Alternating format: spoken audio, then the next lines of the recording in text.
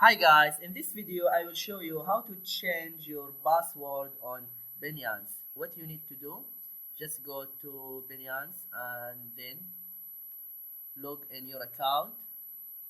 Go here to the profile icon and then click security.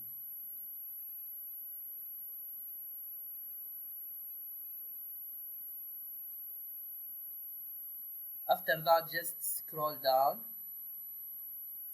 and you see here login password. Just click change. After that, just type here your old password and then type the new password, confirm the new password, and then click confirm change. I will not do that right now because I do not want to change my password, but after you click confirm change, then you will receive a verification code to your email or your mobile. You need to type that verification code, and that's all what you need to do. I hope this video is helpful. Please don't forget to give a like and subscribe to the channel if you are not subscriber yet. Thank you and see you.